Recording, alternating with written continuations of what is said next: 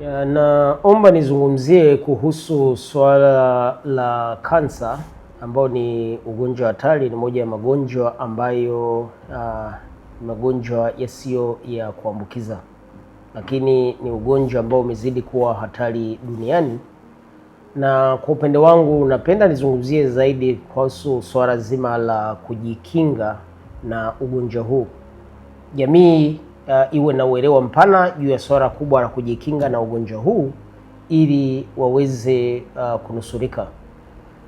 Ziko njia mbalimbali za kuweza kujikinga, na katika hilo moja ya njia ya kujikinga ni kuhusu kubadili tabia.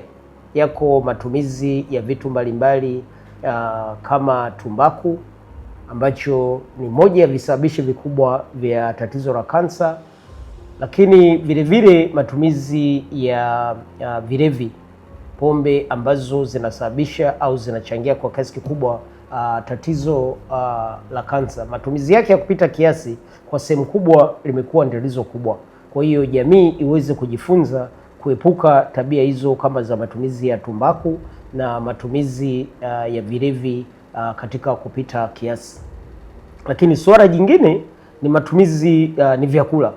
Vyakula tunavyovila ni muhimu sana kwa ajili ya afya zetu, lakini vyakula tusipovitumia vizuri inaweza kuwa ni chanzo cha matatizo, ikiwemo hili tatizo la kansa.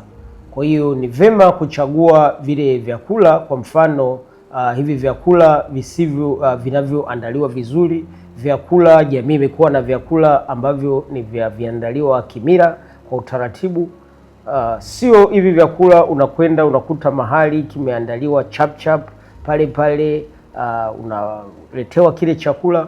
Navyo hivi vyakula vimekuwa ni chanzo kikubwa cha magonjwa mbalimbali, ikiwemo tatizo la kansa. Jambo jingine, miili yetu inatakiwa tuiandae, tuweke vizuri katika, ikiwa ni pamoja na kufanya mazoezi.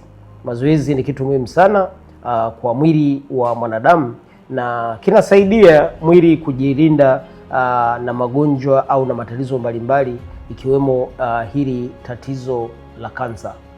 Lakini zaidi ya yote ni vema kuwa na tabia ambazo ni za kujikinga, ikiwa ni pamoja na kupata chanjo. Na chanjo, zipo chanjo mbalimbali, hususan chanjo kama HPV ni chanjo ambayo inalinda hususan watoto wa kike katika kujikinga na tatizo la kansa. Nchi imefanya jitihada kubwa, na sasa hivi chanjo hizo zinapatikana, na tunasisitiza mabinti wote wa umri wa miaka 9 waweze kupata chanjo hizo na zitawasaidia.